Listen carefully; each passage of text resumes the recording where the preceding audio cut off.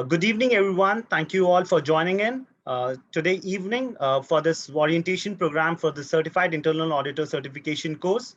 I am Arpit Garg. Before we get into the orientation program, a warm welcome from my side and the VG Learning Destination side to all the fellow members and the students who are looking forward to pursue and make their career in the internal audit and risk advisory domain and pursue this amazing course called Certified Internal Auditor.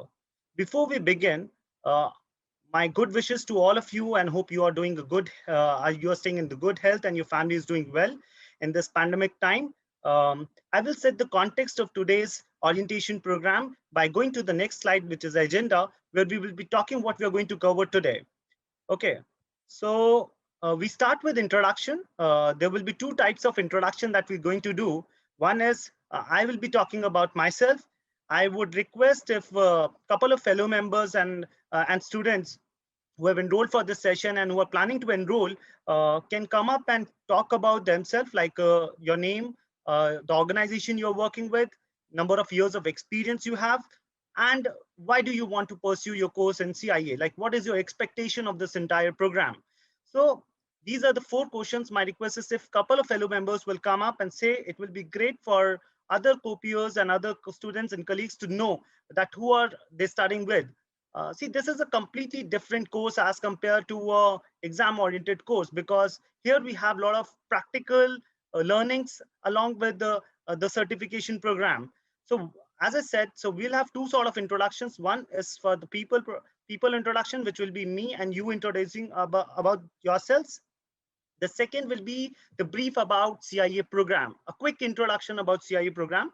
We'll be going to the next slide, which is understanding the complete CIA program part-wise. So it has three parts. We'll understand what does it have in the all three parts.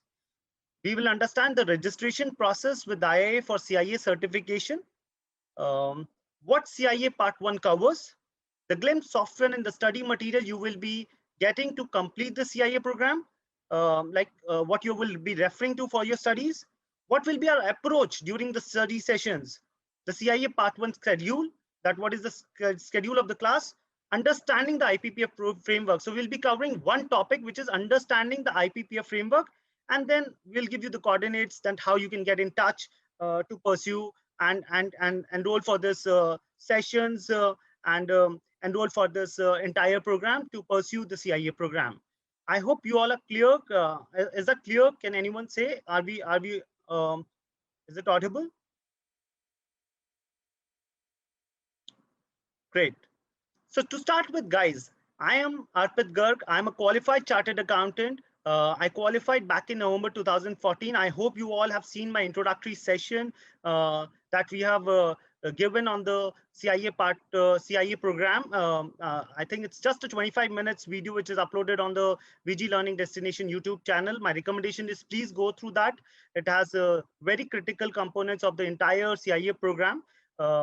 I am Arpit Garg. I said I'm a qualified chartered accountant. I have been working with different industries and sectors. I have about 10 years of experience in the risk advisory domain.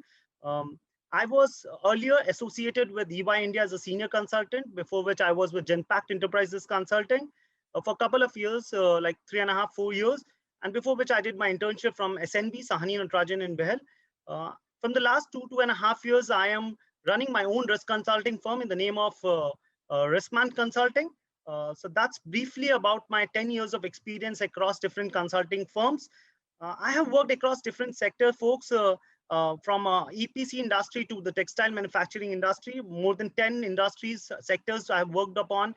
I've worked on more than 45 plus clients working in different geographies. When I say that, I'm just not trying to, I'm trying to tell that I carry so much of experience. I'm trying to tell that this program will help you to practically get exposure to different industry sectors. If you are working in a consulting environment, even if you are in a specific industry, you will get to learn a lot. So you have widespread scope in joining any of the industry. I think every organization today will have risk managers and internal auditors as part of the team. So widespread scope in India, across the world, a huge scope to make your career in. With that, I will give the forum to a couple of fellow members who would like to come up and briefly introduce about themselves. I encourage everyone to make this session, even the orientation program, much in participative form.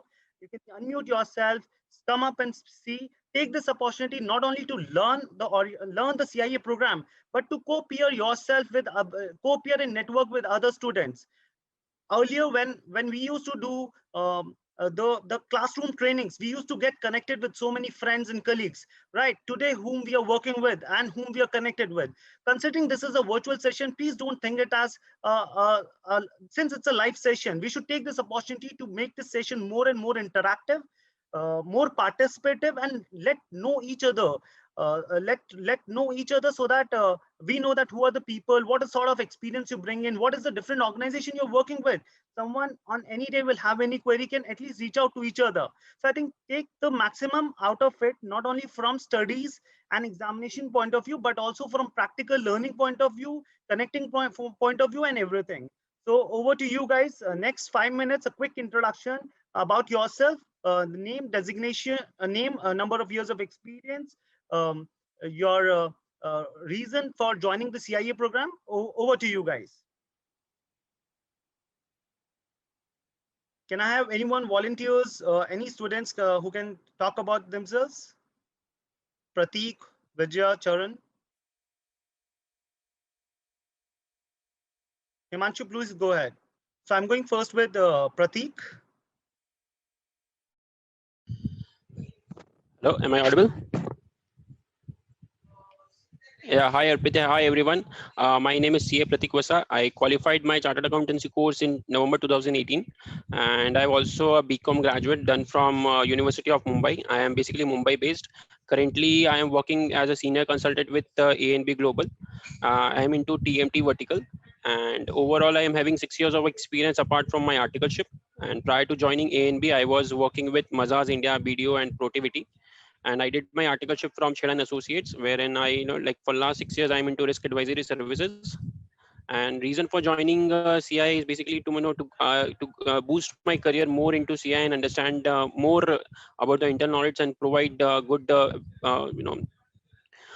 connect with client as a business partner and help them to gain any, like to give them, apart from traditional observation, give them at least from value addition. So that's the more objective of joining as to go for certification. Thank you, Arpit. Arpit, you are on mic in mute, not able to hear. Wonderful, Prateek. Thank you so much for being here. We are happy to have you in the session series. Thank you so much. Yeah, please go ahead. The next one, please. My name is Himanshu. I am associated with Genpact Enterprises Consulting. Earlier, I was associated with ACS Solutions and in Shree Cement Limited. I have an experience of around 3 years in internal audit profile. And also, I'm a semi-qualified CA and MBA Finance. To join CIA, basic purpose is to gain more understanding about the processes and risk governance. And to second thing is to increase my leadership skills as well. This is the basic purpose of joining CIA. Thank you so much. Wonderful, Himanshu. Happy to have you. Yeah. Can we go to the next? Yeah, Vijaya, Charan, anyone? Yeah, I'll go now. I'm Vijaya. I'm a chartered accountant. I have qualified in 2002, so it's been a long journey. Initial first 4-5 years, I was working with CA companies, 5 years with Genpact, and 10 years with the MNC by name Harsco. I'm leading a financial aid services team and also the business controls, but still, I want to upskill myself. Okay. Wonderful. And I'm not going to stop with the CIA. I'll do further more courses, I think. So, I mean, I have seen guys here saying, 2018, 2002, something like that.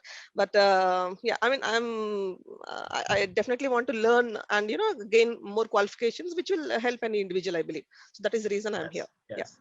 To let you know also, Vijay, a lot of time when we have done batch sessions, we have seen widespread experience. So and this is the benefit of having senior members also in this sessions. What happens is there are a lot of queries where when we do the sessions and make it more interactive, we can pitch in the senior folks who have widespread experience. In the last sessions, there were people from like CAG, people from like the Protiviti director and so on and so forth. So what happens is we bring in more experience, talk a more detail about the standards and the code of ethics, which is very, very core and very, very important for us as a professional to know. So I think we are great to have you here.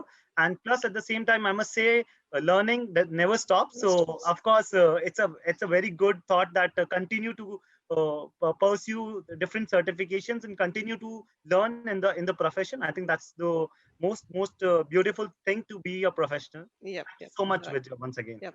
Yeah, hi, my name is Charan. I'm a qualified cost accountant and also semi-qualified chartered accountant. I've qualified in 2017.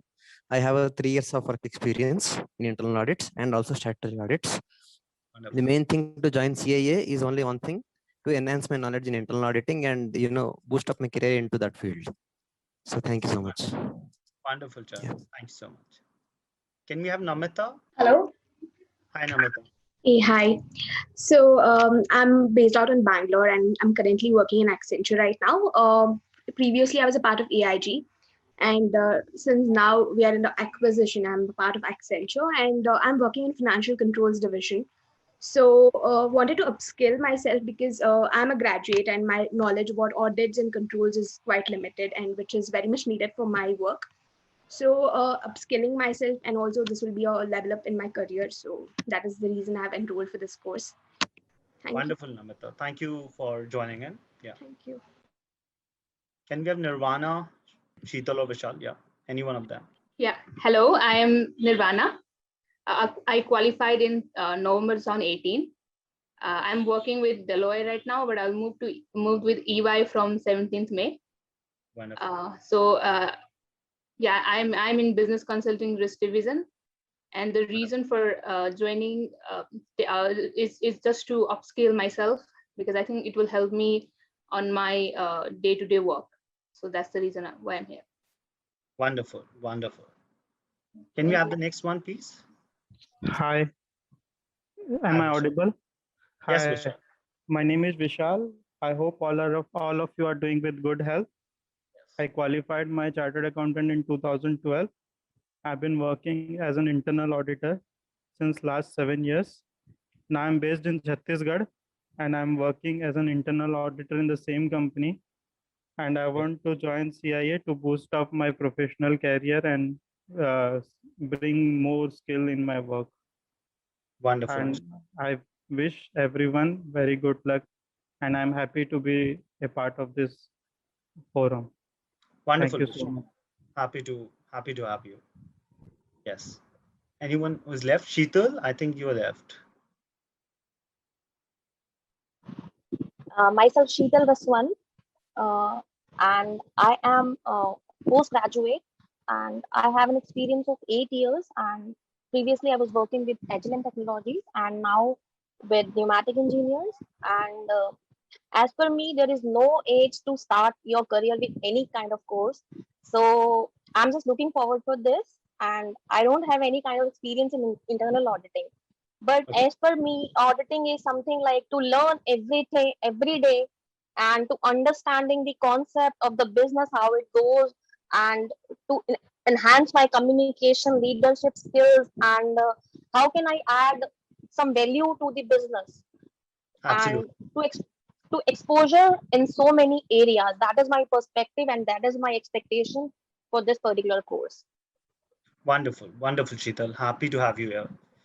So great, guys. I Thank think you so with that, much. thank you.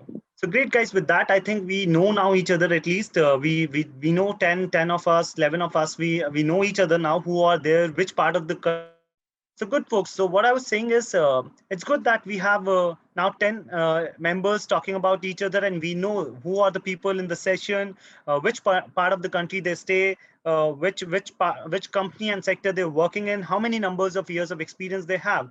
So all of this will help us to learn from each other, to take the best out of this entire session series, and not only academically getting qualified. I think that's one of the most important part that definitely will clear. There's no doubt about it. But more than that, how we will be getting more advantage of this whole program by connecting with each other, by learning from each other, by bringing in more industry perspectives and examples for the relevant industries. I think those are the key takeaways. Let me tell you that, guys, definitely we are going to clear the CIA program. There's no doubt about it, not even a 1% doubt about it. The only perks of the session is that we are going to learn much more in practical orientation, like most of you people are thinking, the leadership skills, boosting the career, boosting the entire an entire domain altogether. So all things, I think all those things will be covered as part of the session series. So I'll move to the next thing, guys. Happy to have you all. We'll start with understanding the CIA program part wise. So I'll just start with the next part, which is understanding the CIA part one. Um, so we have three parts, guys. So we have the first part, which is essentials of internal auditing. The part two is practice of internal auditing. Part three is business knowledge for internal auditing. Before we get into it, I think this is something which I've already covered the brief introduction about CIA program as part of my introductory session. To just quickly give you a glance, guys, this is the only globally recognized professional qualification. Like you all have said, why you're pursuing it. Let me also try to put more focus and try to read out for you that this is the only globally recognized professional qualification for internal auditors, which is awarded by IAA. IAA is Institute of Internal Auditors, right?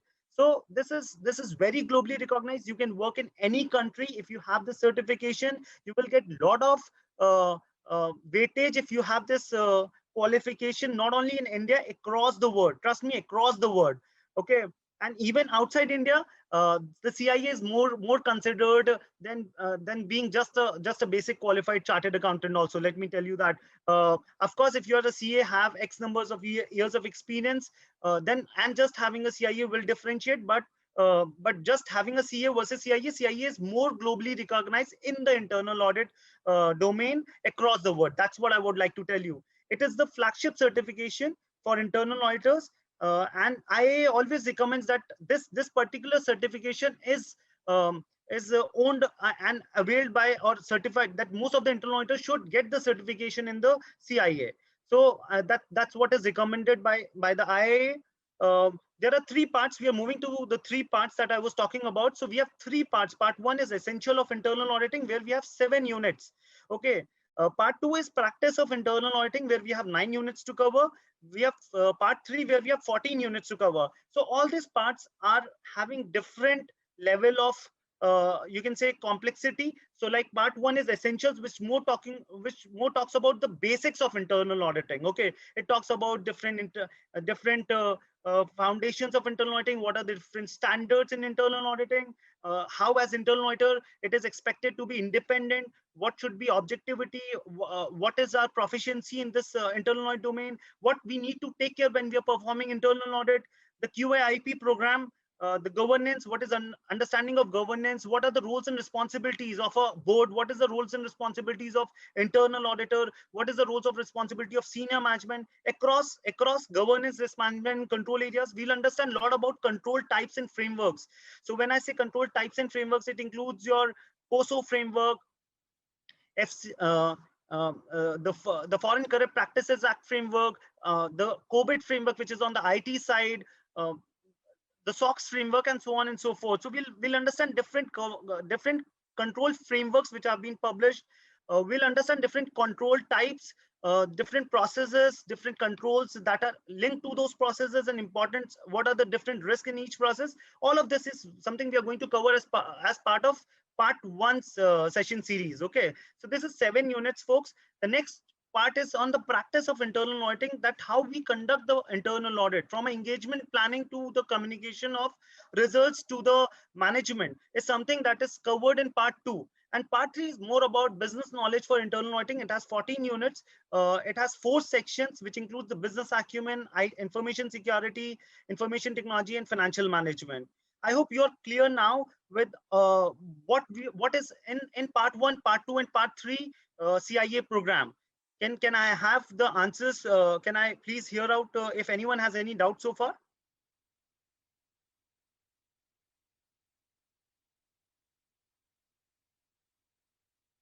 Are we good to go, folks?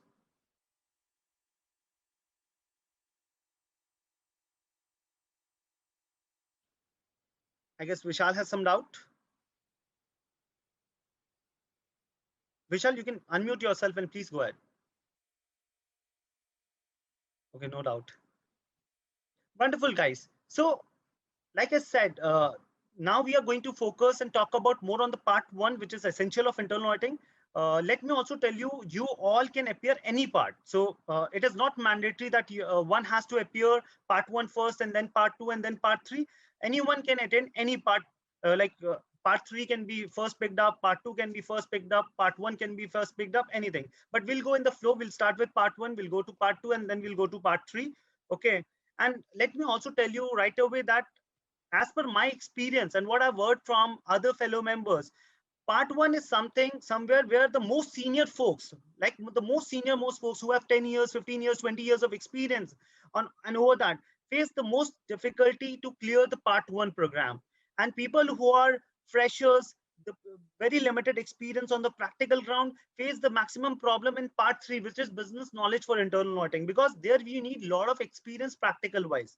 So, but in this session series and part-wise session series, will cover all the essential element to clear the program, and definitely each parts, and we will learn practically as well.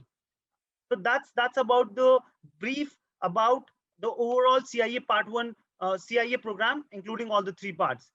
I'll move to the next slide, folks. These are the steps that needs to be required to be a CIA certified internal auditor. This is covered as part of my introductory session. My request is please look to those videos. You will have a brief about it. But I'll jump to the next part, which is what are the benefits of being an IA member. Though I've talked about this also in the introductory session, but I would like to tell you in this session, because the next slide is how to be an IA member and how to enroll for the CIA program. So my suggestion is please become the IA member of India. Why?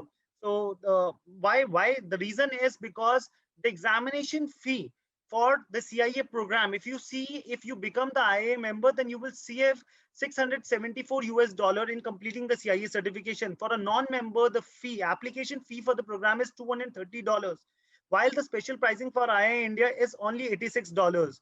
And similarly, if you see the part-wise examination fee is $395, and the special pricing for India is $209.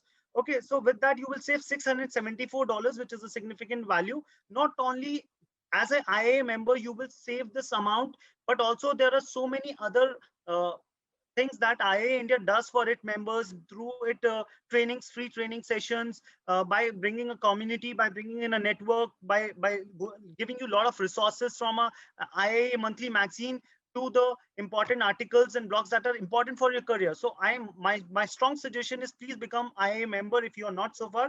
There are different chapters. There will be a Mumbai chapter, there will be a Bangalore chapter, there will be a Delhi chapter. Whoever is at different part of the cities, please enroll to your local chapter so that you can easily connect. So that's my suggestion. The next one is important is now how to basically register yourself for the IA program. That's for the CIA program. So the step 1 is, as I said, apply for IA India membership. It can be easily done through an online IA India website. So we have the IA India website. The new member enrollment cost is about 5,500 plus GST, and there is an annual renewal fee for 4,000 plus GST. So that's about being an IA India member. Once you have applied for the membership, the step 2 is you will receive a global membership ID from IA India. Generally, it takes 2 weeks to receive this ID. Once you have the global membership ID, you have to go to your IA India account. Like you have to go to your IA account and you have to log into your CCMS, which is Certification Candidate Management System. Under that, you have to update your profile. When you will go to your profile section, you have to upload the proof of identity, which is basically your Aadhaar card or some government ID proof. You have to upload your proof of education. So for pursuing a CIA program, the minimum eligibility criteria is to be graduate. Okay, so you have to have a bachelor degree. So you can upload your documents as a proof of education. Then you have to complete the character reference form. So there will be a character reference form online, which needs to be signed by either a qualified CIA, either your supervisor or your mentor. So either you can get it signed by any CIA, or you can get it certified by your immediate supervisor in the respective organizations you are working with, or you can pass on to us also. We can also complete and approve this character reference process for you. As a step 4, we have to, once this is completed, once the ID is created, once these documents are submitted and you have submitted it, it goes for verification to the global IA. Once they approve it, you are now eligible to register for your exam. So once the registration is done and the application fee is paid and the examination fee is paid, you have to go to the Pearson VUE tab in your CCMS account. And from there, you have to select the examination date and select the examination date nearest to your examination center. Earlier, there was a proctor thing available where you can appear from the exam, but at this moment, that facility is not provided anymore in India by IIA, and we have to look for the nearest Pearson VUE center to appear for the exam. Anyone has doubts so far? Before I proceed to the next slides, I'll take a quick pause to hear from you.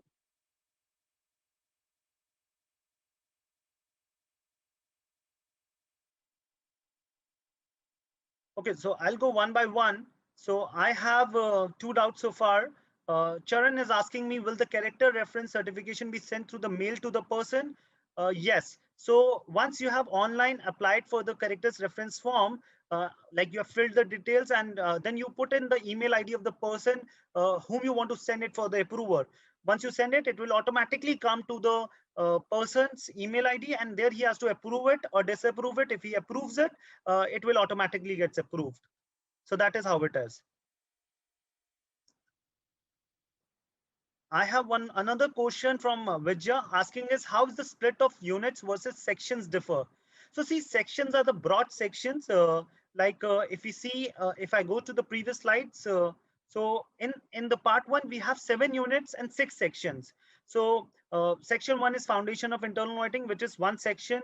Independence, objective. So section 2, which is section 2, 3, and 4 is basically only unit 2 of the GLEM material. So when I say sections are divided into broad sections, and the number of units is the number of chapters in the GLEM study material. Does it make sense, Vijay? Is that does that clear your thoughts? Can I please hear you?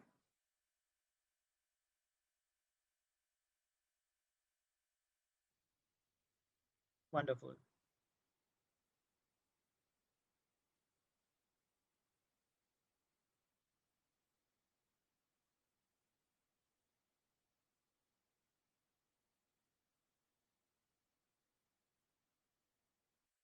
So the next question here we have is, just one second.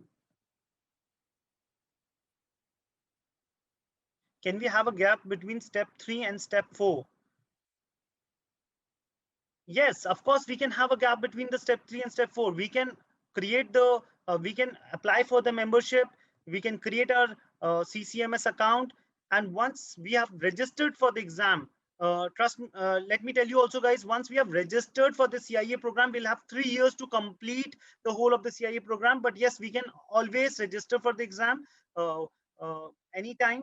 It is not necessary. As soon as the profile is updated, we have to immediately register for the exam. And let me also tell you, once you have registered for the exam, you have 6 months to appear for the exam.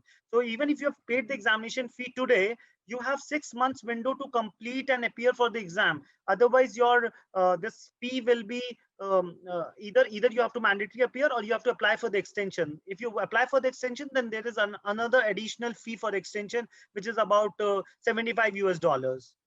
Does that answers your query? Sharon, does that answer your query?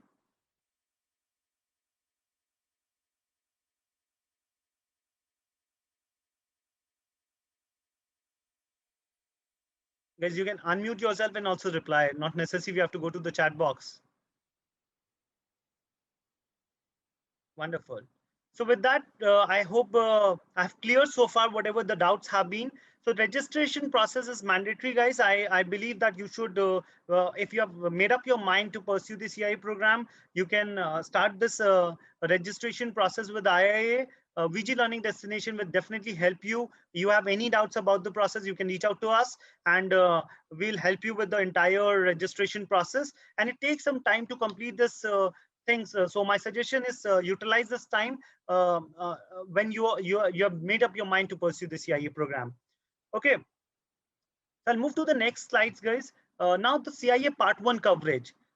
someone who have asked me the difference between the sections and the units. So these are the 7 units. If you go to the sections, section 1 was foundation of internal auditing, which is unit 1 of foundation of internal auditing. Section 2 was independence. Section 3 was objectivity. Section 4 was proficiency, due professional care. Section 5 was QIP program. Section 6 was governance as management control. And section 7 was section 6 was fraud risk. So exactly that is how it has been structured here. Here we have unit 1 and unit 2, which are like section 1 to section 4. Section 5, which was governance, risk management and control, is from unit 3 to unit 6. And then we have section 7, which is section 6, which is fraud risk, which is unit 7. Okay, so we have 7 units that we have to cover in the part 1 program. I have quickly given the weightage also. If you see unit 1, unit 2 and unit 7, only 3 units contribute to 65% of the CIA Part 1 program. This is again something I have covered already in the introductory sessions, but I will reiterate because this is very, very important. Unit 1, Unit 2, Unit 7 alone contribute 65% of the CIA Part 1 program. My suggestion is do a strategic study. Of course, we'll cover the complete syllabus, but my recommendation is just before the exam, remember the important aspects of Unit 3 to Unit 6 and do a thorough revision of Unit 1, Unit 2 and Unit 7. Let me also tell you guys, Unit 1, Unit 2, Unit 7 only is 60-70 pages from the GLIM study material. So which means by just reading 60-70 pages, you can cover 65% of the CIA Part 1 program. And from Unit 3 to Unit 6, you have to read about 130 odd pages, and which is only 35%. I'm not saying 35% is less. Of course, to complete your CIA Part 1 program or any of the part program, you have to score 80%. So which means that you have to answer, I think 600 out of 7, you have to score 600 out of 750 questions. Sorry, 750, you have to score 600 out of 750 in CIA Part 1. There are total 125 questions. So roughly you have to answer 100 right questions to clear your CIA Part 1 program. Okay, so that's how we'll go strategically. So we'll put a lot of emphasis in all the units, but we will during the revision portion, we'll put more focus on Unit 1, Unit 2, Unit 7. We should be very thorough and we should not be giving any incorrect answer in any of those units, so that we are very sure to clear the CIA Part 1 program in one go.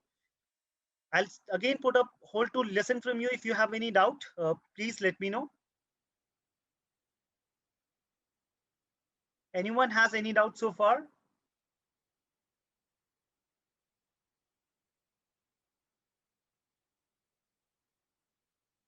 May I hear you, folks? Wonderful. Himanshu has no doubts. Can we have more answers? Charan have no doubts. Okay, Himanshu, which has no doubts. So 3 people very being attentive. Yeah, good Pratik, good Sheetal, wonderful.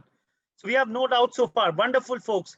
So with that, we have done the Part 1 coverage. We have understood what is the weightage of different units, how we have to study the CIA Part 1 program.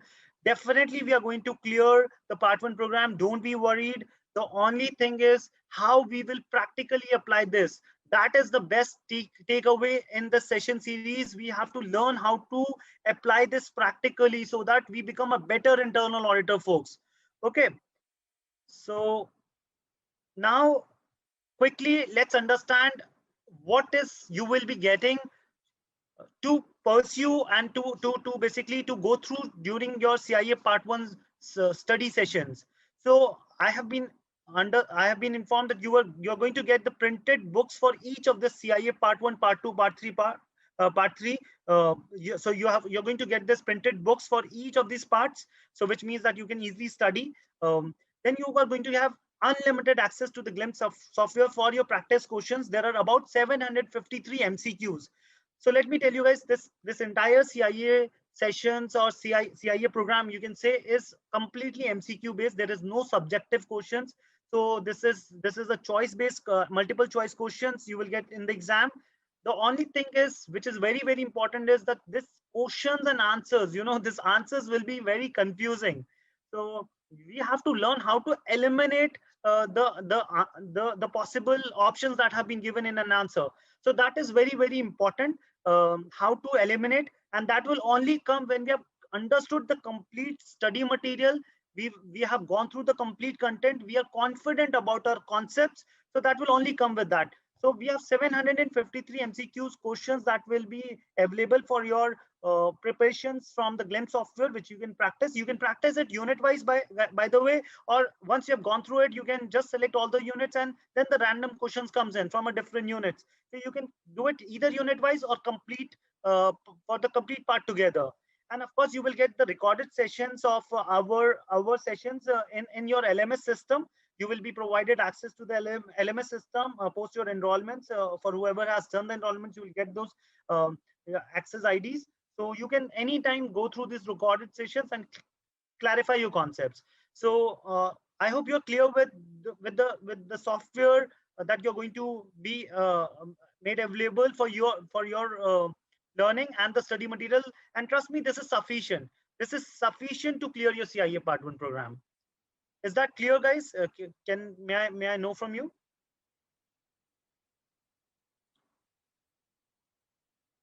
So Vishal have a query. Do you have a Glim and mobile app? To my knowledge, Vishal, yes, I think you can open it through your web version on the phone, and you can try your MCQs there also. I don't think so that should be a problem. Okay, folks. So I'll continue. Now the next slide is our approach. What is our approach that we are going to cover for going through the session series for completing the CIA Part 1? So folks, we'll be doing 100% coverage of the Glemt study material. So we'll read each of the content that is mentioned in the Glemt book. Then we have the concept clarity with the practical examples. So when we are going through the content, we will take a lot of practical examples. We'll make the session very much interactive. So it's not that I'm just going to read out the content for you. I am possibly going to ask you all your opinion. What do you understand? How do you apply practically? And then we will take the study material support to give more clarity in your practical aspects and learning, and bring in best industries expertise examples so that it can help more clarifying your concepts. It can help you to clarify your concepts. Then we will be doing a lot of, as I said, the concept clarity will be done through practical examples. We'll do practical learning to apply on field, such as there is a unit which talks about creating a process map. So we'll do in the study sessions, we'll learn how to create a process map on a Microsoft Visio.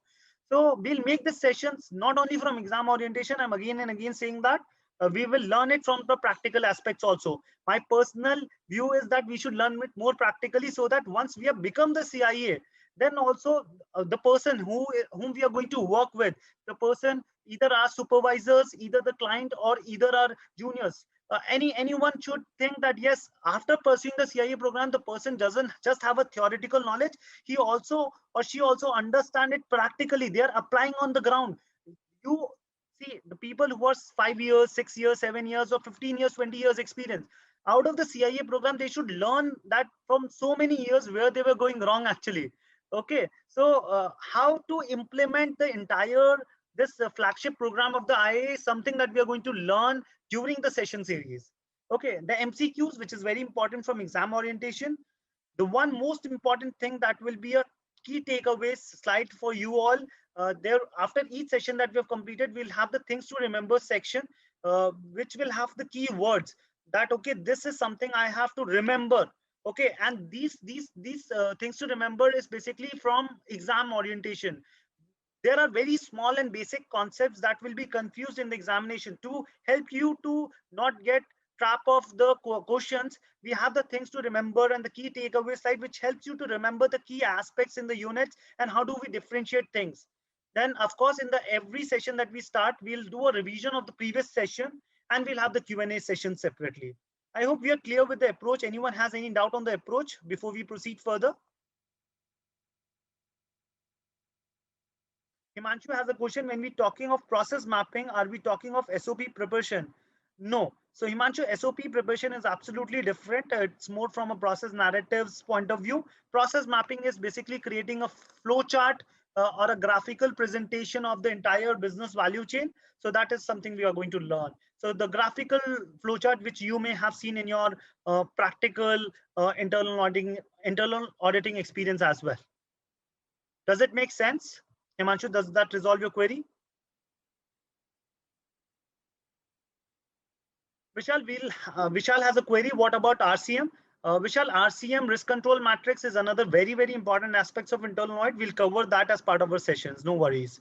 We'll throw a lot of light understanding about the risk and control matrix. No worries. Anyone else?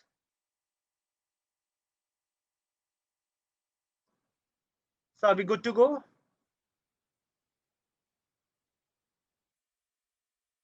May I know more people to answer? Prateek, Sheetal, Nirvana, Himanshu, Vijay.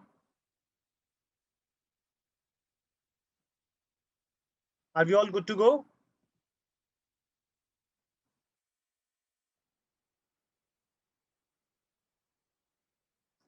Wonderful, guys. So with that, we have understood our approach section.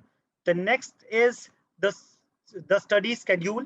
So the study schedule today we are setting on 2nd of May, and today is the orientation program.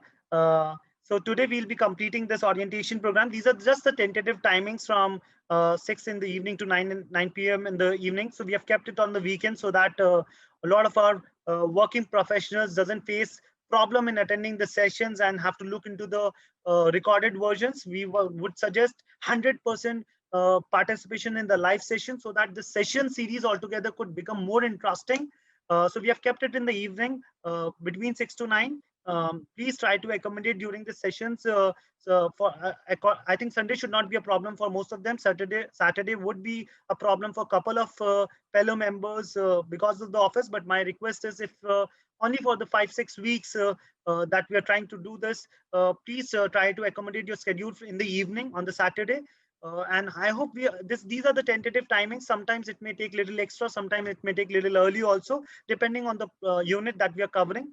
So we'll have it on the weekends. It is roughly 14 sessions that we will be doing to complete the entire CIA Part 1 program. I hope we are clear with the schedule. Now I'll take just one topic, folks, before like one topics to cover so that you understand that how we are going to do the session series.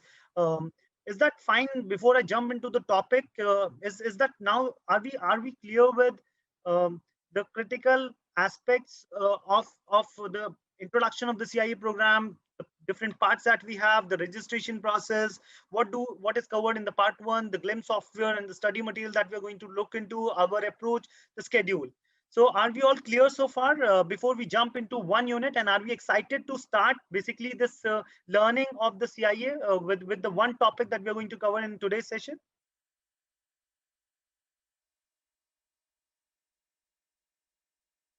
So wonderful. We have 5 people responding. Folks, I need more participation. I need 100% people participating. Can I hear from Namita? Can I hear from Nirvana? Can I hear from even Dipesh? Dipesh is the co-host. So Virja, Charan, Himanshu, I'm reading out everyone's name. Can we all have? So Nirvana is asking what was the question. Sorry, missed it. So I'm saying, Nirvana, that can we start the first topic? I hope you're clear with all the agenda points that we were supposed to cover in today's session. The introduction, understanding of the different parts, the registration process, what is covered in the part 1, the software, the study material that you're going to refer, what will be our approach in covering the CIA part 1 program during the session series, the schedule. And now we are starting one topic for your reference so that you know that how we'll go about the entire understanding part. Are we good to go?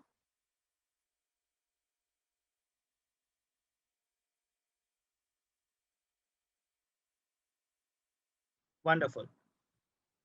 So folks, we are starting we are starting our one topic that that I would like to choose to, like, this is the first topic even of the unit 1, which is foundation of internal auditing. So basically understanding IPPF. Let me tell you guys, this is a very, very important element of the entire CIA part 1 program. Saying that this is also very, very important for we as internal auditors to know the IPPF framework. Now, if you ask me that how big this framework is or how big this entire thing is, it is not too much. Even if you refer to the complete separate sections of the IPPF standards, so most important in this is the IPPF standards. So if you refer to all of it together, it is hardly 25 pages, which is separately available on the IA India website as well.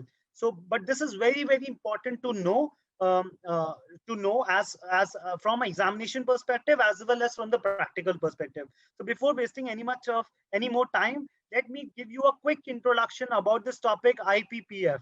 So folks, IPPF is nothing. It's basically international professional practice framework. Okay, it has two elements to it. It has two important guidance note. One is mandatory guidance and the other is recommended guidance. Can we all say that together? What does it contains? What are the two types of guidance it has? Please unmute yourself, folks.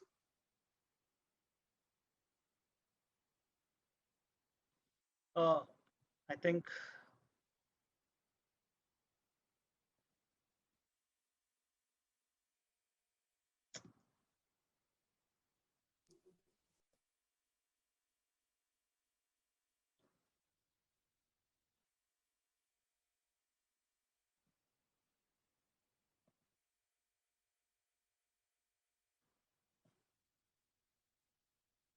can I have someone from VG Learning to unmute the fellow members?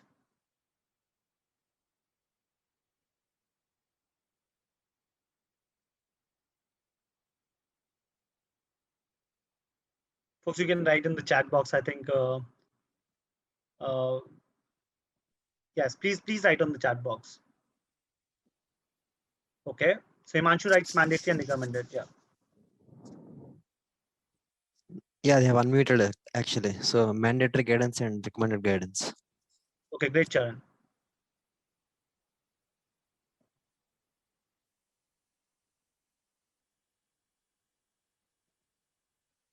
So let's write in the chat box, folks. Nirvana is writing mandatory and recommended. Wonderful. Vijay is writing mandatory and recommended. Wonderful. Okay. So guys, now we understand it. What does it covers? It covers two important parts, which is mandatory guidance and recommended guidance. Now, under the mandatory, there are four things that we have to remember. What are those four things? The one is core principles of internal auditing. So there are 10 principles, 10 core principles that we'll understand as part of the mandatory guidance. We'll understand the definition of internal auditing, which is very, very important for us as professionals and internal auditors to know. So definition of internal auditing, the different types of standards. So we have four types of standards that we will first cover, and then we'll move to the study materials. And then we have the last fourth topic, which is code of ethics. So there are four types of code of ethics: integrity, objectivity, confidentiality, and competency that we're going to cover as part of the mandatory guidance. It's very, very important, very, very important from examination point of view. And then we have the recommended guidance, under which we have two important things, which is implementation guidance and supplementation guidance, supplemental guidance. I hope we are clear with what is there in mandatory guidance and what is there in recommended guidance.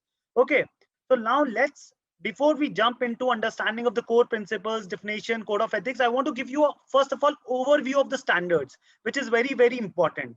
Okay, so let's take an overview of the standards, folks. So I have created a summary for you all. So standards basically there are four types of standards. And before getting into that, again, I will step back and tell you that we as internal auditors should know the standards. We as internal auditors, if someone asks us what are the different standards published by Institute of Internal Auditors, do you even consider that when you're doing internal auditing? And we as professionals having 10 plus years of experience, 15 years of experience, or whatever, like 5 years of experience, we don't know the basic standards. We even don't know what are the different standards or type of standards that have been published by IIA. So as part of the CIA program, this is important, folks. This is important because as part of the CIA program, we should know that these are the different types of standards and try to use them as proficient as possible during our practical internal audit approaches. Okay, so there are four types of standards.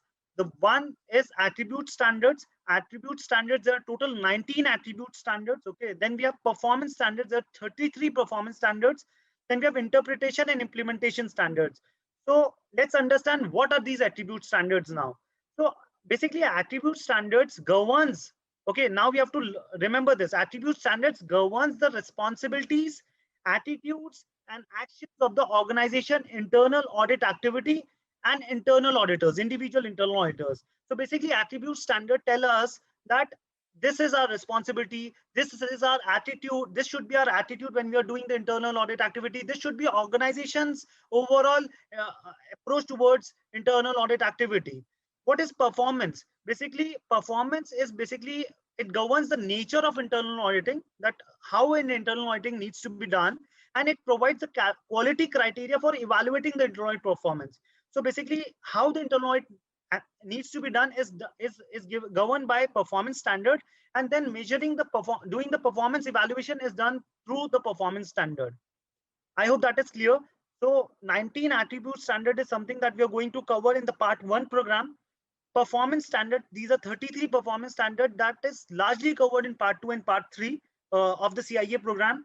So so we only very few, like 3 or 4 performance standards comes in the between the unit 3 to unit 7, which we will be covering. But other than that, the most largest focus in the performance standard is in the part 2 program.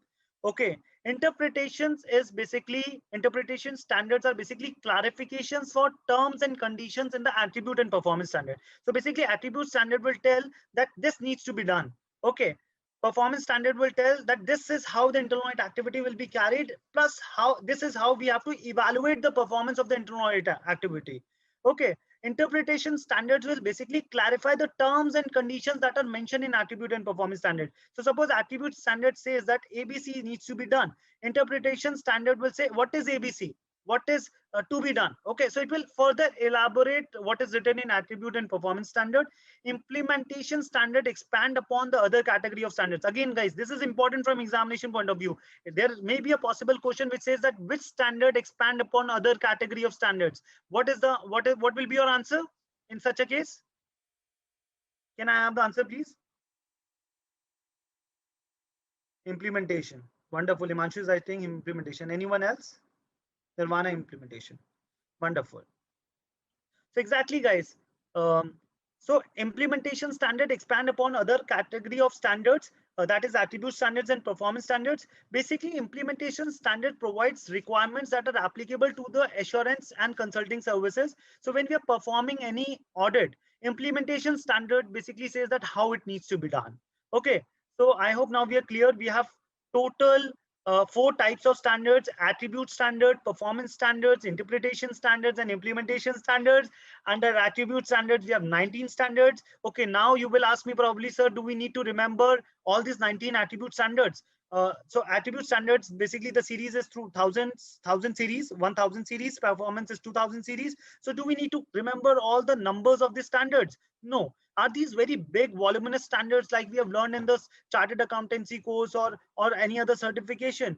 So I'll say no, no, folks. These are very, very to the point, concise, precise standards, very focused, not very large in volume, and we can easily cover that. We don't have to remember it by heart. We have to understand it by logic.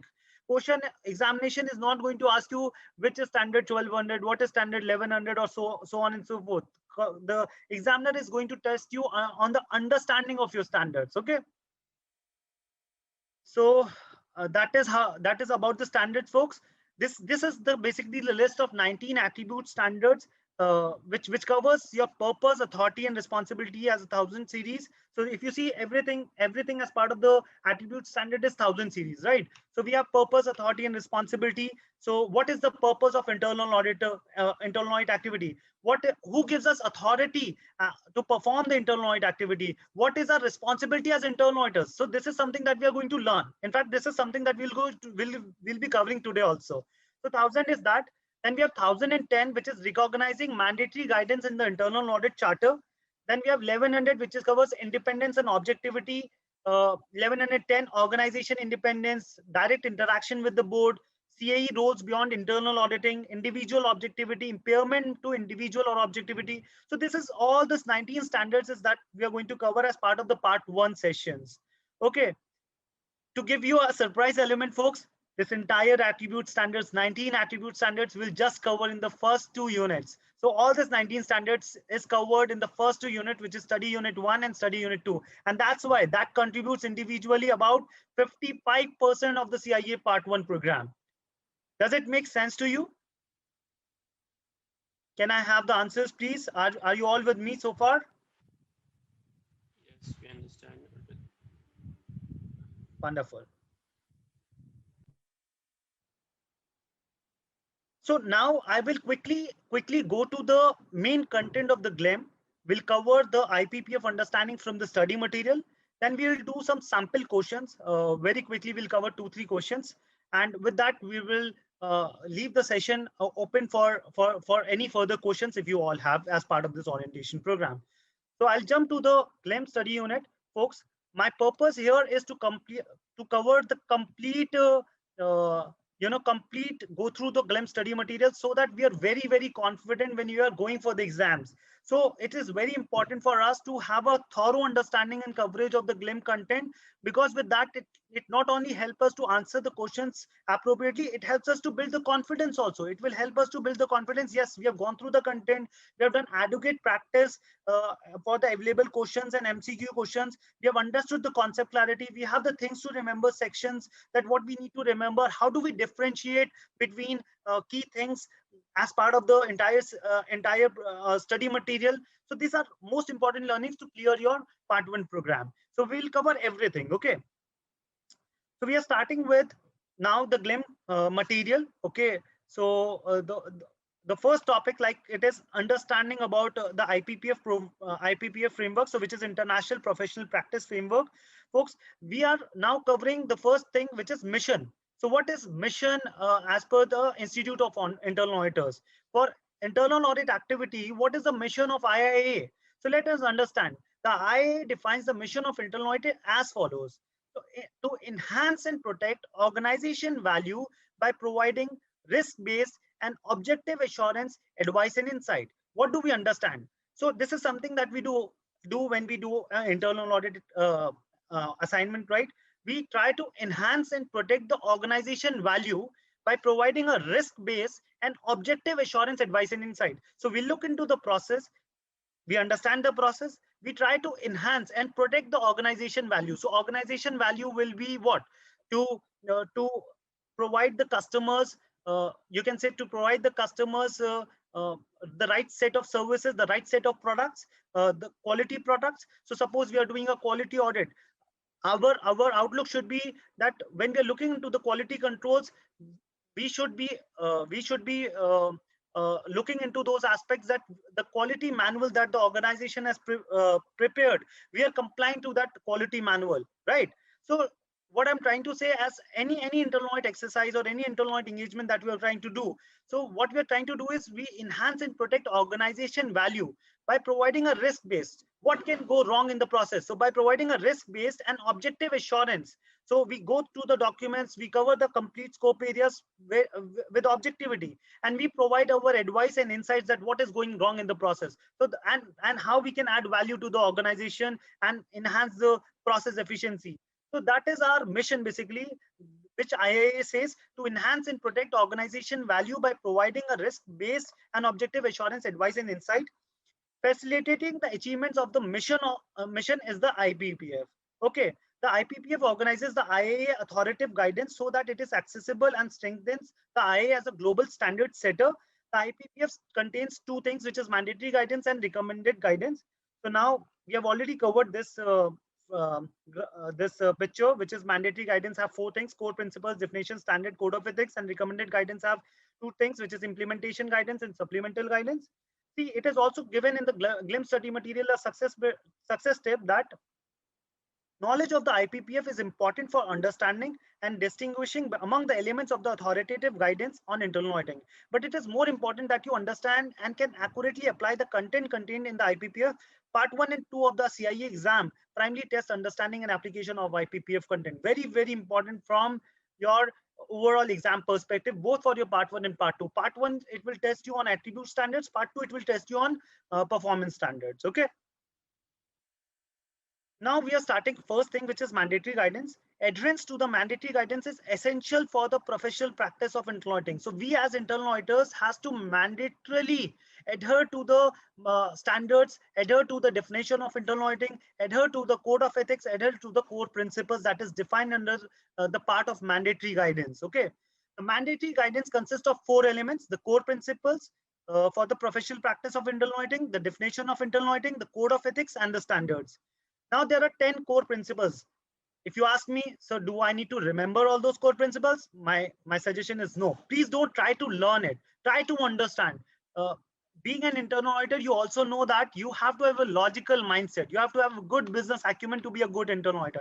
Exactly, guys. We have to understand it logically. We have to clear the concepts. We have to have a good understanding. We don't have to do any sort of thorough learning with that point of view. Okay, we don't have to memorize it. We have to do the concept clarity. We have to go with the method of concept clarity. Okay, so now the core principles, the 10 core principles that we are going to understand now. The core principles are the basis of internal audit effectiveness. The internal audit that we are performing is effective. So there are 10 core principles that help us to tell that our overall internal audit activity is effective. The internal audit function is effective if all principles are present and operating effectively. So if even one core principle is missing, then you cannot say that our overall internal audit activity is working effectively. So it is mandatory that all principles are working fine. Then only we can say that overall internal audit function is effective. Is that clear? Are we clear so far, guys? Or anyone has any doubt? Can I have quickly response from your side?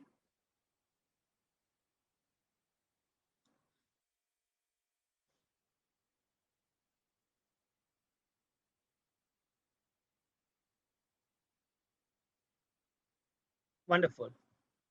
So like I'm going back to the core principles. So the 10 core principles, the following are those. One is demonstrate integrity. So of course, we as internal auditors should demonstrate integrity, demonstrate competence and due professional care. We are competent, we are taking due care when we are performing the internal audit activity. Objective is objective and free from undue influence. We should be independent in whatever we are doing. We should be objective. We should not perform as internal auditors anything which is under the influence of senior management, or be it like where we violate the objectivity, or where we violate the independence. Aligns with strategies, objectives, and risk of the organization. So something that we are doing aligns with the strategies of the organization, the objective that the organization is trying to achieve, and the risk that the organization is perceiving to mitigate. Is appropriately positioned and adequately resourced. This is very, very important, guys. We as internal auditors has to be appropriately positioned. Okay, we should be adequately resourced. We should not be like, do not have a limited resources that one person doing so much of job that he cannot cover the entire scope. So we should be appropriately positioned and adequately resourced. Then we should demonstrate quality and continuous improvement. We should demonstrate quality in whatever we do and do continuously improve. So like Vijay said, I want to continuously learn. So that's one scope of continuous improvement in what we are doing. Okay, communicate effectively, be it oral or verbal, oral or written. Provides risk-based assurance. We should provide risk-based assurance. Provide insights. We are proactive and future focused. So our internal audit function activity should be providing insights to the management, provides a proactive measures to mitigate the risk of what can go wrong in the different processes, and should be future focused. Okay, we should promote the overall organization improvement. So those are the 10 core principles of internal auditing. So that we need to remember. I hope you're clear about these 10 principles. We don't have to learn, but we have to just understand them and remember the key things. Okay, so I'll just quickly revise it for you. Okay, so Sheetal has some query. Please, Sheetal, go ahead.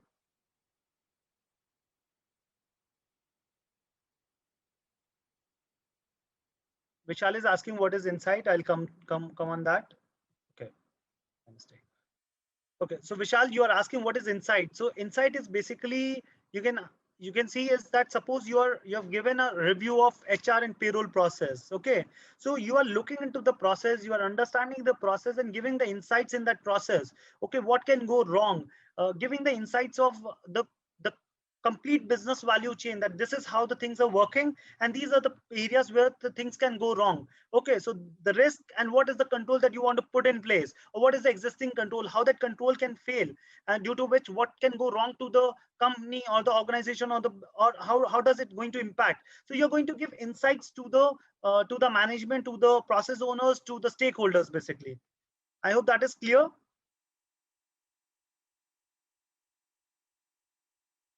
Vishal, is that clear?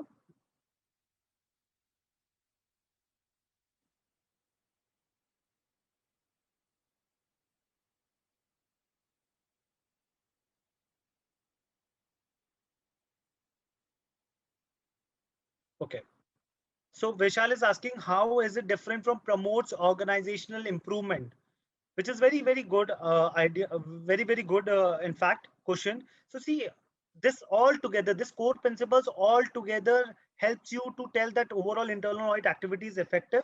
Okay, when it says is insightful, it is talking about, okay, it is talking about the insights of the process. Then when it says promotes organizational improvement, so overall this internal audit activity, the ultimate goal is it should promote the organization improvement. It should add value. If you will go through the definition also, it is overall adding value to the organization. Okay, so promotes organizational improvement is ultimately, if you will give the right insights to the management, it will promote the organizational improvement. Do you get it? Does it make more sense to you? Is that clear now? Wonderful. So Nirvana is asking now, please explain appropriately positioned. Nirvana will understand this in more detail when we will be covering the next part of the subunit. But let me answer you right now. See, appropriately positioned is very, very important. Okay, we as internal auditors, I'll tell you why. See, when we do internal audit activity, the first thing is we ask a lot of data and information where we should have adequate access to the resources of the company. Like when I say adequate resources, we should get time from the process owners. We should have almost unlimited, we should have unlimited access to the records of the company so that we can look into the data point and then can give our feedback and our opinion. Overall, give our reasonable assurance to the management that what is our observations basically. So appropriately position is when we will learn the when we'll understand the internal audit charter part, we will know that how internal audit charter help us to be appropriately positioned. When we talk to the internal auditors, that okay, we as internal auditors, what are roles and responsibilities, we have to have the appropriate positioning in the company so that we can ask for the requisite documents. We should have the authority to ask for the requisite documents, and then we can perform the internal audit activity. And that's the whole purpose of being appropriately positioned. This can be achieved when we have the internal audit charter approved, which help us to basically gives us authority to have unlimited access to the books and records of the company so that we can look into it and then we can give our opinion. Does it make sense? Does it clear your query?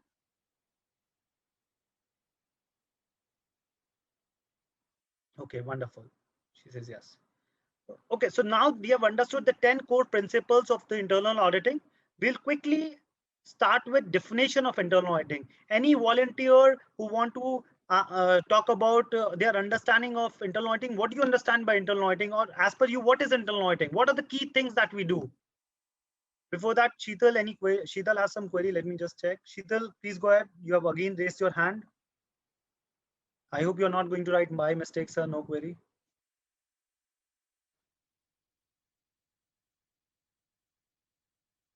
Please go ahead, guys. Okay. Any volunteer who would like to come up and say, what do you understand or what as per you is internal auditing?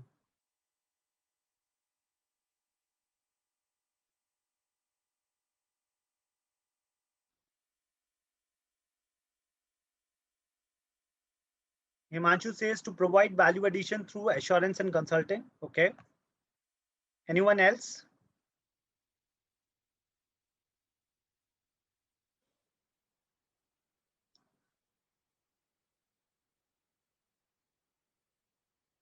May I have Vishal? Okay, which is, I think, independent review of various processes to mitigate the risk. Wonderful.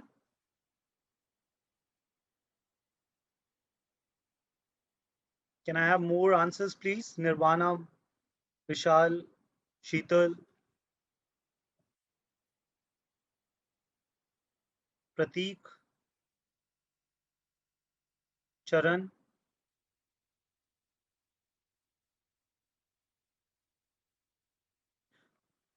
Vishal says it's risk assessment and mitigation and value addition in process. Okay. Namita says mitigate the risk of potential fraud or any misstatement in financials. Okay. Charan says understanding the organization structure and process and provide the required assurance and improve the process. Okay, wonderful. Nirvana says internal auditing is an independent evaluation of the process of the company to identify the risk within the process and helps the company to mitigate the same. Okay. Vijay says stakeholders place reliance for an organization which has good IA team. Okay. I think that's good overall, guys. Overall, guys, what you have responded is precisely what we do as internal auditors and what is expected out of us. Just 1 second. Pratik says to access the internal control and provide reasonable assurance that controls are effective. Okay. So largely what you have said is correct. We will try to understand what IIA says, how IIA has defined internal auditing, and all this one word is very important, guys. Let me tell you, each word written in the definition of internal auditing is important. And throughout this part 1 program, we will understand and understand almost everything that is written in definition of internal auditing. Okay. So let's start with what is IIA giving you, providing you the definition of internal auditing. So the definition of internal auditing is a concise statement of the role of the internal audit activity in the organization. Internal auditing is an independent, okay. So I will focus on the words that we have to remember. Internal auditing is an independent, objective assurance and consulting activity designed to add value. Okay, I'll repeat, add value. Independent, objective assurance and consulting activity designed to add value and improve an organization's operations. Okay, it helps an organization accomplish its objectives by bringing a systematic, disciplined approach to evaluate and improve the effectiveness of risk management, control, and governance process. Okay, so let's try and understand. So one thing is internal auditing is an independent activity, so which is unbiased. We should be unbiased, or we should not be influenced by someone. So whatever we are trying to do, it should be independent. The auditing activity, internal audit activity, has to be independent. Okay. Then we have to have objective assurance and consulting activity. So there are two types of assignment that we do. One is assurance and other is consulting. We'll understand that also. So assurance is where basically we have three stakeholders. One is the users, basically the stakeholders. They will be referring to our report, which is usually the top management in the board and the audit committee.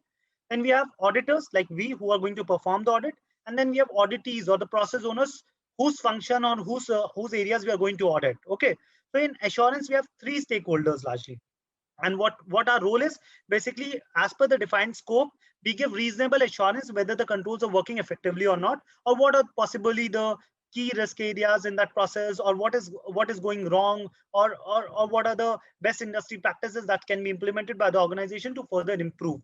So basically, we give reasonable assurance. Okay. Consulting is where there are basically, it's a recommendatory nature, where the client or the process owners or any stakeholders requesting for our guidance. So consulting, usually we have two stakeholders. One is the process owners, the other is basically the auditor, or you can say internal audit function, wherein we are trying to guide them the best industry practices, and we are trying to give them consulting. We're trying to them how they can improve in the process. Okay. So assurance is where we do actually the auditing, due diligence, look into the compliance part.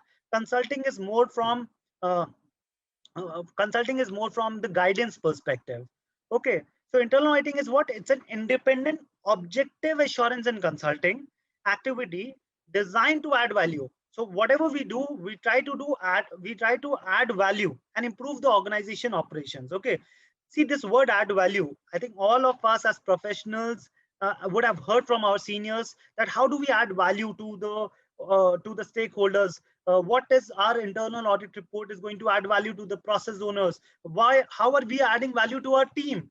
How are we adding value to the organization? How are we adding value to the client? So add value is something that we have to remember. Anything that comes in examination from an internal audit definition perspective, we have to remember the word add value. Okay.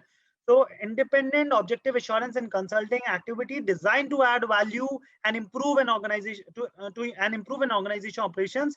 It helps an organization accomplish its objectives by bringing a systemic, disciplined approach to evaluate and improve the effectiveness of risk management, control, and governance process. If you see study unit 3, study unit 4, study unit 5, and study unit 6, we are going to understand all this. Study unit 3, governance. We'll understand what is governance. What is the role of internal auditor in governance? What is the role of board in governance? What is the role of senior management in governance?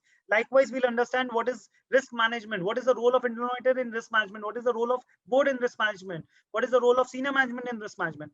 And similarly, as part of the controls, we'll understand what is the control, what are the control types and frameworks. We'll understand the application of control for each different business process and value chains, which includes like P2P, O2C, H2R, record to report, fixed assets, petty cash, and so on and so forth. Finance area, we'll understand what are the different controls, what are the different areas which can go wrong.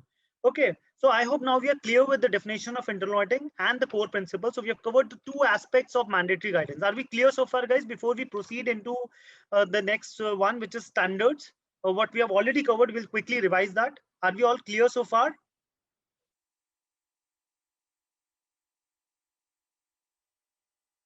Vishal is asking, is there any difference in assurance and internal audit?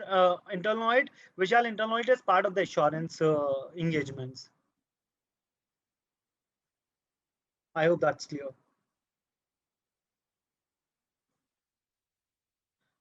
Okay, so I think we are clear so far. I'll proceed further. The detailed text of the code of ethics is in subunit 1.3. So we'll understand the code of ethics in the subsequent part of the subunit. Okay, we'll understand the standards that we have already covered in the presentation also. The standard normally known as the international standard for the professional practice of internal auditing. So these standards are called basically international standards. These are international standards for the professional practice of internal auditing. So the following four purposes, there are four purposes of these standards, guys. Okay, the first one is guide adherence with the mandatory elements of the IPPF. So what is that you need to adhere to? Okay, and then second is provide a framework for performing and promoting a broad range of value-added internal auditing services. So overall, giving a framework how to perform, how to promote the broad range of value-added internal auditing services that we do. Establish the basis for the evaluation of internal audit performance. How do we evaluate the internal auditor's performance? Okay, so the performance standard help you to do that. Foster improved organization, process, and operations. So these are the four purposes of standards, international standards for the professional practice of internal auditing. Then, as I said, there are four types of standards. Again, see, it is also clearly mentioned in the GLIM material also that the standards are vital to the practice of internal auditing, but CIA candidates need not memorize them. However, the principles they establish should be thoroughly understood and appropriately applied, like I've already said, right? Now, attribute standard, folks. Attribute standards are numbered in the thousands, govern the responsibilities, attitudes, and actions of the organization, internal audit activity, and the people who serve as internal auditors.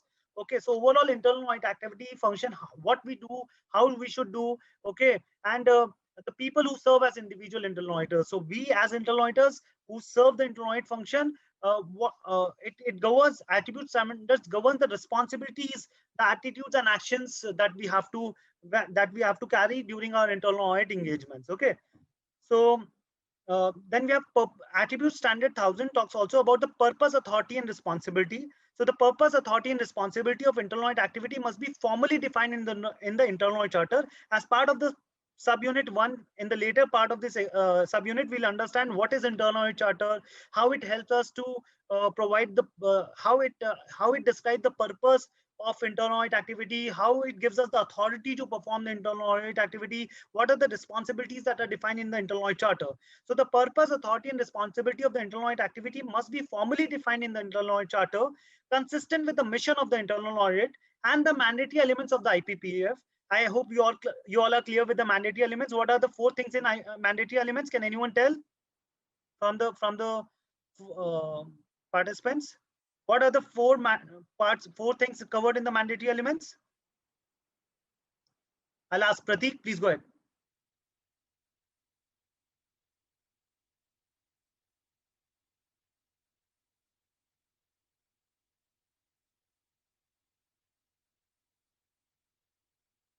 Prateek, are you with us?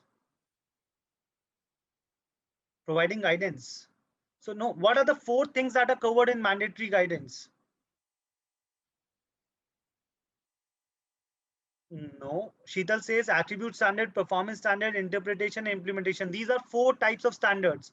Okay, coming back, Vishal says the four things that are part of mandatory guidance is definition, the core principles. Okay, what else? The standards. Okay, what else?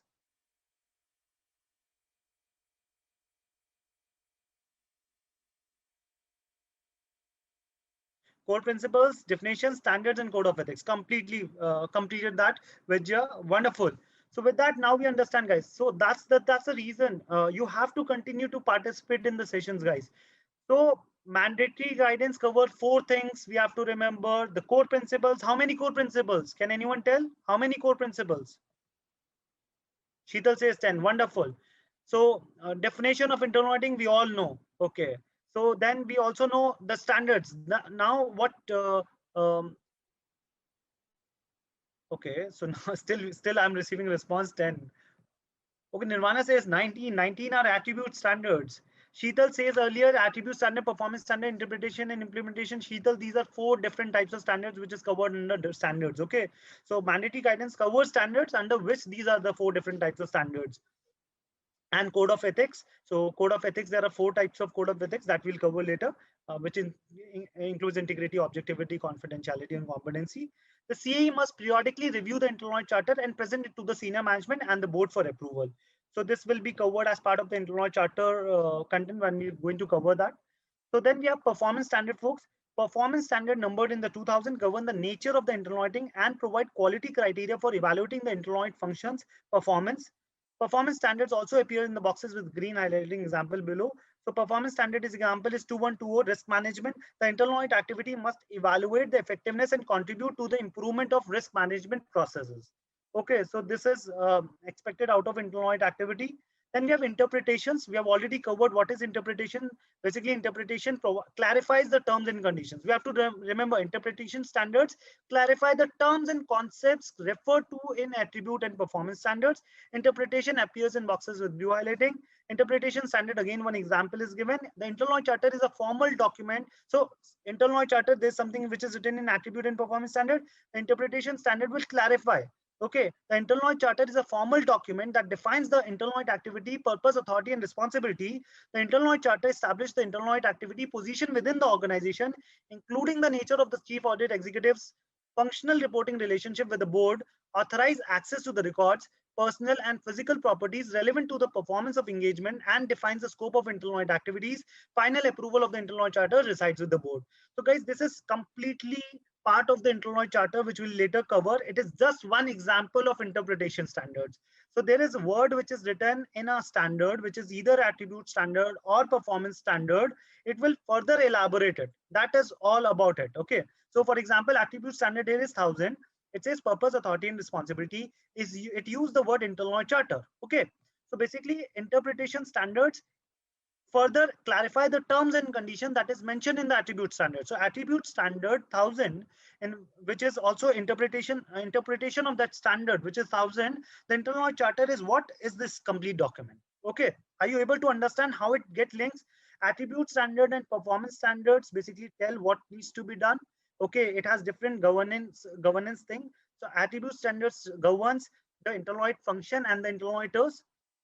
Performance standards tells how governs how the internal audit activity needs to be done, and how do we evaluate whether the internal audit activities or the function is performing well or not. Interpretation standard clarifies the terms and conditions that is mentioned in the attribute and performance standards. Are we clear with it? Are you all clear with it? Himanshu says yes. Vishal says yes. Sheetal Vijay, yes. Wonderful. So we are clear with this now. Now then we have the implementation standards, which we have already we remember this, that implementation standards expand upon the individual attribute or performance standards by providing the requirements applicable to assurance or consulting services. Implementation standards appear in boxes with gray. Implementation standard, again, one example is given. Internal audit activity must be free from interference in determining the scope of internal auditing, performing work, and communicating results. The CAE must disclose such interference to the board and discuss the implications. So this is implementation standards, which expand upon the other category of standards. So if you see above, this was attribute, then we have interpretation, then we have a implementation standard, which is for 1110 attribute. So 1110 is the attribute standards, which will talk about purpose, authority, and stuff like that. So internal audit activity must be free from interference. So implementation standard expand upon the attribute standard and says that internal audit activity must be free from interference in determining the scope of internal auditing. So we as internal auditors should be free to determine the scope that we want to look into, perform the work and communicate the results. We should not get influence, we should not get pressure from the management. Suppose you have identified an observation which is critical and which can impact the organization objective, we should have a free hand to report it to the board.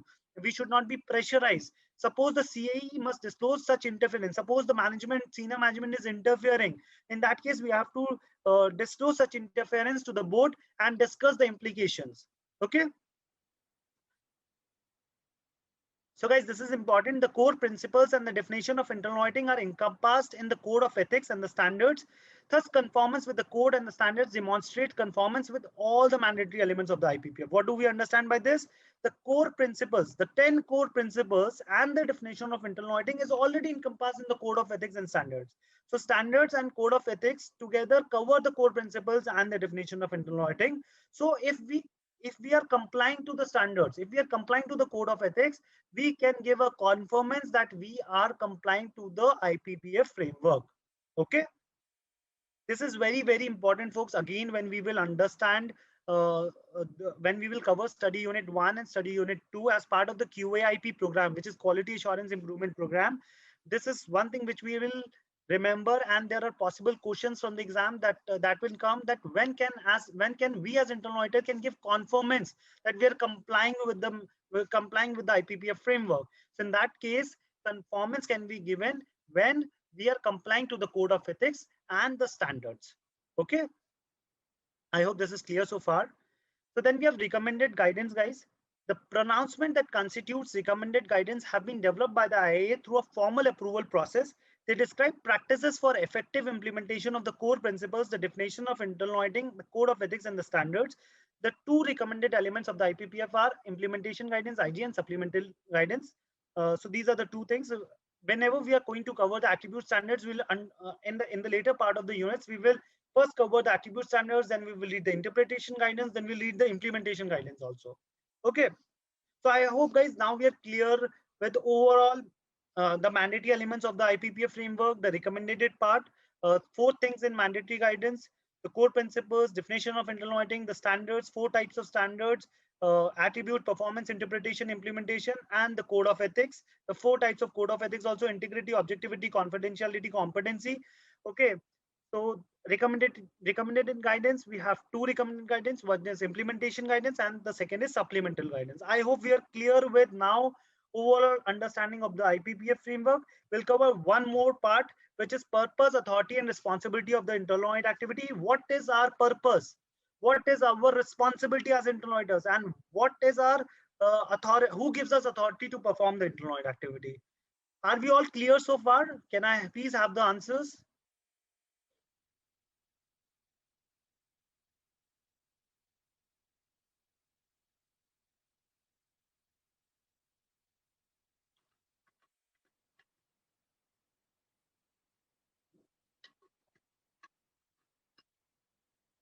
So Himanshu is asking, does implementation means the risk associated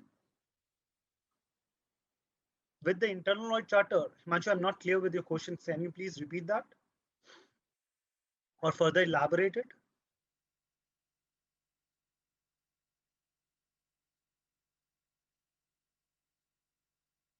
Folks, my encouragement is please ask as many as questions as possible, because your questions can actually help clarity to other fellow members as well. So please don't hesitate to ask questions. Please ask as many questions as possible. Okay.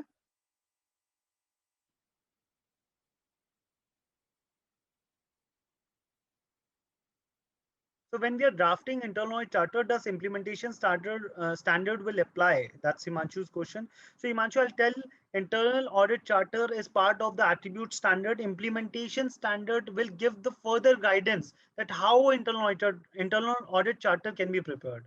Does it make sense?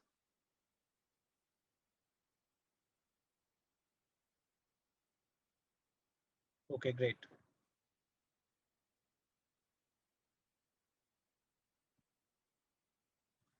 So folks, with that, we have understood the IPPF framework. The one important part of it is purpose, authority, and responsibility of the internal audit activity. So now we are going to understand what is the purpose, what is the who gives us the authority, and what is the responsibility of us. Purpose, as defined in the IIA glossary. So this is basically purpose as part of the definition of the internal audit activity. So the purpose is exactly the same as defined in the IIA glossary. The purpose of the internal audit activity is to provide independent, objective assurance and consulting services designed to add value and improve an organization operations. The internal audit activity helps an organization accomplish its objectives by bringing a systematic, disciplined approach to evaluate and improve the effectiveness of governance, risk management, and control processes. For the standards, assurance services. Now we'll understand the difference between assurance and consulting. Okay. So per the standards, assurance services involve the internal auditor objective assessment of evidence to provide opinion or conclusion regarding an entity, operations, functions, process, system, or other subject matters. Accordingly, the IIA glossary defines assurance services as an objective examination of evidence for the purpose of avoiding an independent assessment on governance, risk management, and control process for the organization. The nature and scope of an assurance engagement are determined by the internal auditor.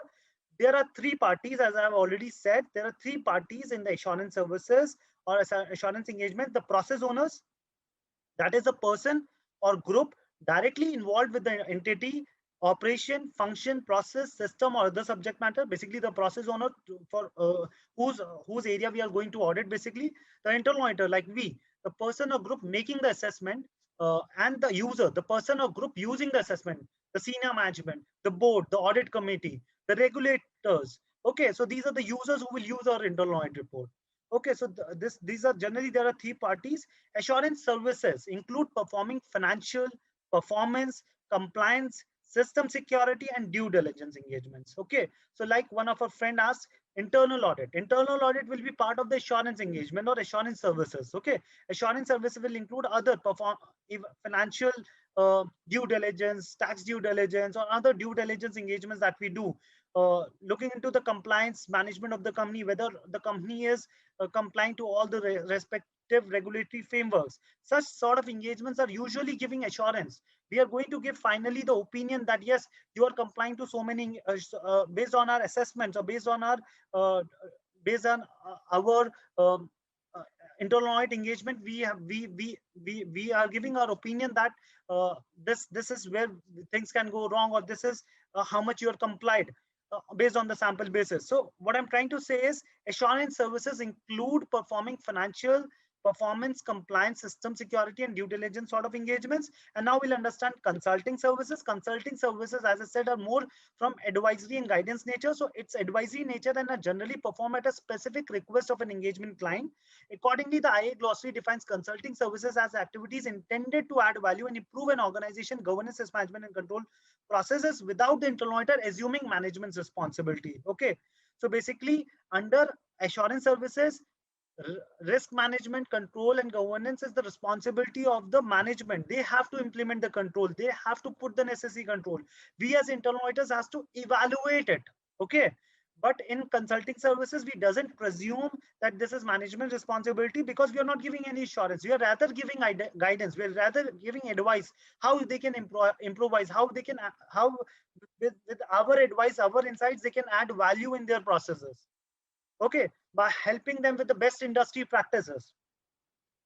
The nature and scope of the consulting engagement are subject to agreement with the engagement client. Okay, so the nature and scope in the assurance was decided by us. Okay, as internal auditors, what are the areas that we want to look into? But the nature and the scope of the consulting engagement are subject to agreement with the engagement client, where they want our advice. There are generally two parties in consulting services. One is the internal auditor, the person or group offering the advice. When performing consulting services, the internal auditor should maintain objectivity and not assume management's responsibility. The engagement client, that is the person or group seeking and receiving the advice. Okay. Consulting services including providing counsel, advice, facilitation, and training wise. I hope now we have cleared the difference between assurance services and the consulting services that we do. Then we have authority. So the support of management and the board is crucial when inevitable conflicts arises between the internal audit activity and the department or function under review. Thus, the internal audit activity should be empowered to require auditees to grant access to all the records, personal and physical properties relevant to the performance of every engagement. A formal charter for the internal audit activity that defines the internal audit activity purpose, authority, and responsibility must be adopted, and it should contain a grant of sufficient authority. Final approval of the charter resides with the board. So exactly what I was telling you guys a couple of minutes back, that there is an internal audit charter that is developed that gives us the authority that we can have unlimited access to the records of the company.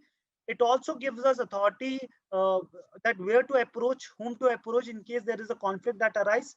The internal audit charter is ultimately approved by the board.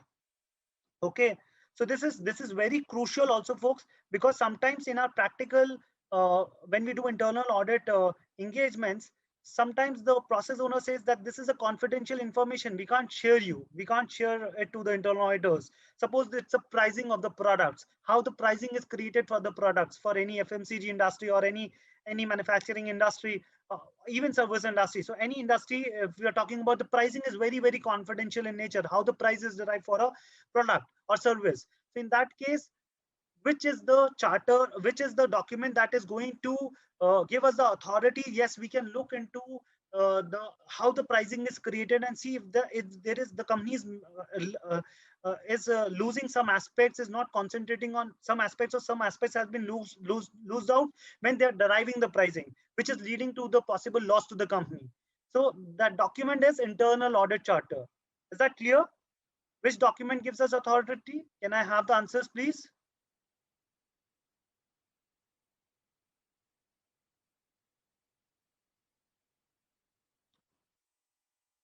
Okay, internal audit charter. Wonderful, guys. So this is very, very important. Okay. Then finally, the responsibility. The internal audit activity responsibility is to provide the organization with assurance and consulting services that would add value and improve the organization operations. Specifically, the internal audit activity must evaluate and improve the effectiveness of the organization governance, risk management, and control process. This is our responsibility. With that, we have completed the first topic of understanding the IPPF framework. I hope all of you have understood the IPPF framework now as part of this orientation program and understanding the IPPF session. So I hope you're clear. Is anyone has any doubt so far before we jump back to our PPT?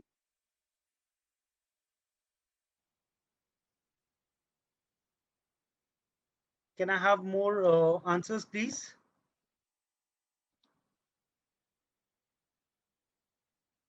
Are we all clear with what we have learned so far?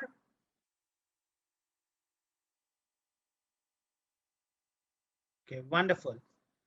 So great participation, guys. I must say it's a great participation. I'm going back to the presentation now once again.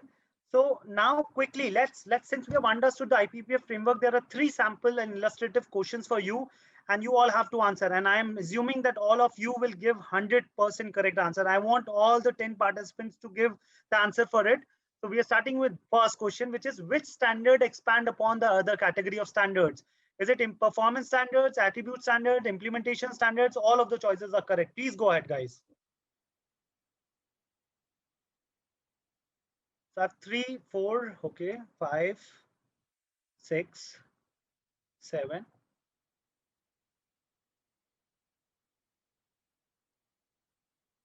I still have someone left, guys. We have 7 people answering the questions.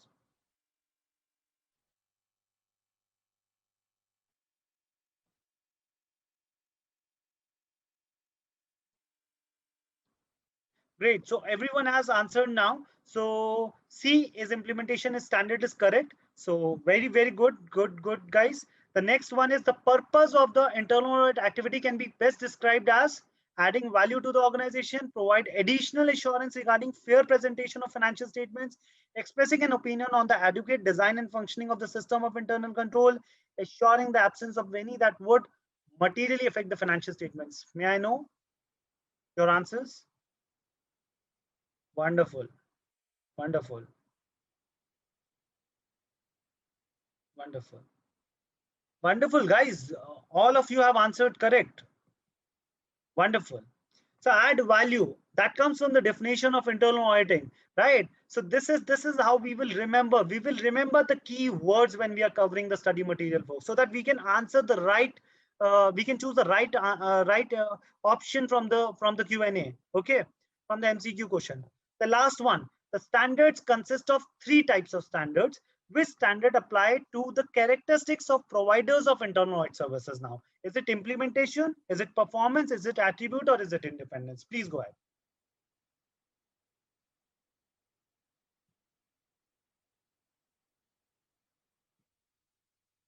Okay, we have 2 answers already. 3, 4, 5. Wonderful, guys. All of you have given 100% correct answers. Wonderful. So it is attribute standards which apply to the characteristics of provider of internal audit services as an organization wide, as well as to us as individual auditors. So with that, we have understood the IPPF program. We have going back to the agenda slide. So in the last 2 hours, we have covered the introduction. We have covered the CIA program part-wise understanding. We have covered the registration process, how you will do and register yourself for the CIA certification. What are the different subunits we are going to cover in part 1, the glimpse software and the study material that you're going to refer during the session series and for your preparation for the exam. What will be our approach? So we have covered the content. Okay, we have taken some practical examples. Okay, and then we have discussed some MCQ questions during the sessions. And of course, as a homework, it will be for you to practice as many as question bank possible. So once we have completed the unit 1, you can go and log into your GLEM software and choose unit 1 and appear for all the questions. So you will get more confidence that where you are going wrong or where you are going correct. So that is how we have to do it. Then the schedule, I hope we are clear with the schedule. We have understood the IPPF framework. Regarding the get in touch, you can respectively reach out to VG Learning destination. I have been informed that there will be a WhatsApp group that will be created for all your queries. And by Monday you should have it, which is tomorrow. With that, I would like to end this orientation program. I will leave the forum for open Q&A for you. If anyone has any queries, I will be more than happy to respond in the next 5 minutes. Please go ahead.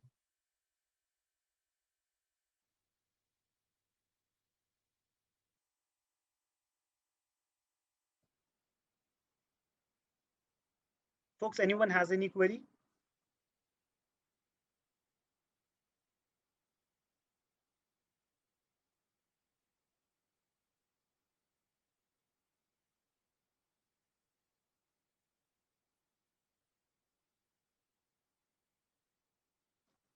Yes, Himanshu, I'll be requesting for self-unmute option in the next sessions, because I personally feel that it has to be more participative. So we'll do it. We'll do the sessions more live and more participative in nature. So I'll be discussing this back with IT team. No worries. Anyone else?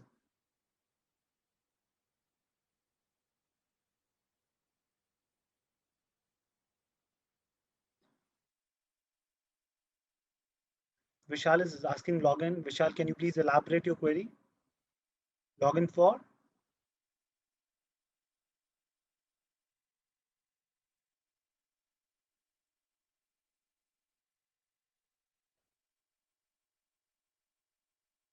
Okay, Vishal, so you will be getting a software to log in for GLEM.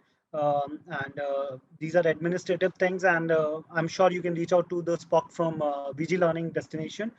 They will definitely assist you with everything from your login to your software. Even they will help you in the registration process. If you still have any query, you can post on the WhatsApp group that will be created, and we will help and resolve you there. Okay. So great, guys. I think that's a great start. Vijaya, thank you for your feedback. Then looking forward to in the next sessions, folks. Wish you all the luck.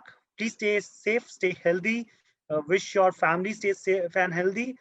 Please take care during this pandemic time. Looking forward to see you in the subsequent sessions. Keep the sessions more participative. Take it from a practical learning perspective and do implement in our practical internal audit practice professions. Looking forward to see you all in the next sessions. Thank you so much for your time. Happy weekend. Take care. Bye.